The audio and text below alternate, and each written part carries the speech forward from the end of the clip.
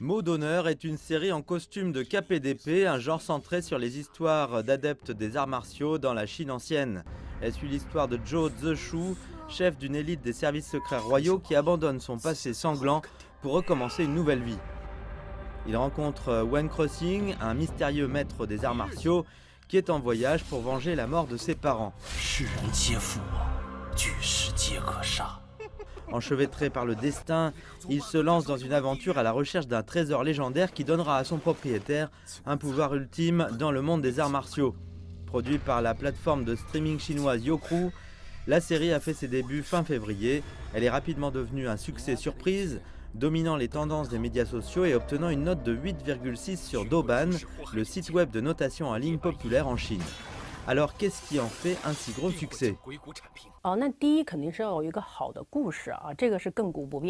Tout d'abord, c'est une histoire fascinante.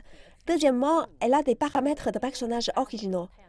Nous savons tous que rien n'est nouveau sous le soleil, et les bases d'une bonne histoire sont similaires. Nous devons donc faire preuve de créativité pour raconter l'histoire dans un cadre traditionnel, tout en suscitant des réactions émotionnelles telles que l'empathie de la part des téléspectateurs. Et le dernier, mais non le moindre, c'est que toute l'équipe de production était totalement dévouée à la série.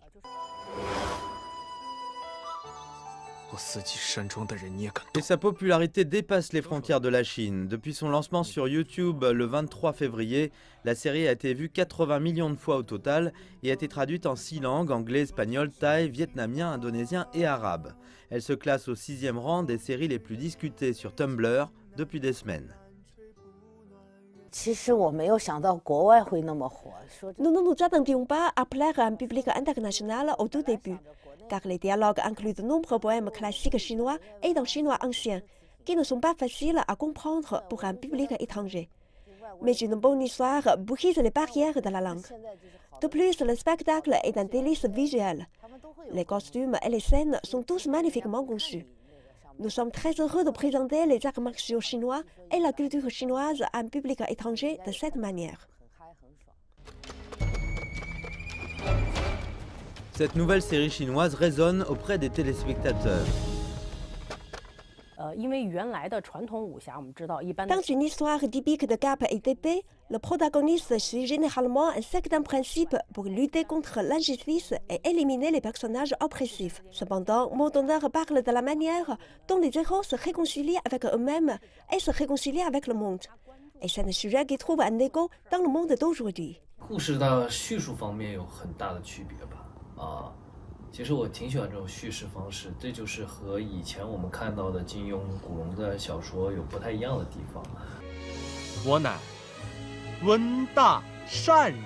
Après que la série est devenue un succès, les deux protagonistes, Zhang Zhehan et Gong Xun, sont rapidement devenus des acteurs de premier plan.